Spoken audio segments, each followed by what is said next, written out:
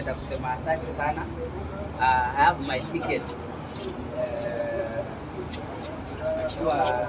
Nilikuwa na mambo mingi, but just to confirm that I have my ticket and I'm in the ballot as I'm in the ballot with the Jubilee ticket, and I can promise that I'm the next member of parliament, Mathare. And thank you so much, my party Jubilee, for the opportunity to run as in the Jubilee party as a member of parliament. Secondly, leo sili,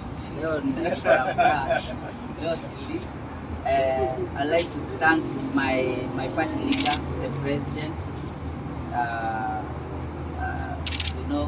I appreciate so much for giving not only Bahati but the youth of this country an opportunity to be leaders and to represent our communities. The people of Mathare najua wako na furaha sana, hata hawa walimu.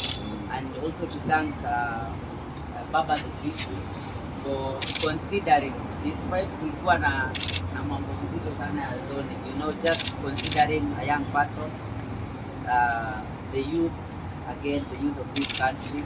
And I promise you, the Mathare member of parliament seat will definitely go to the executive. And lastly, also to thank my leaders, my SG, Asante sana, my other party leaders, piga na yeye kabela sana.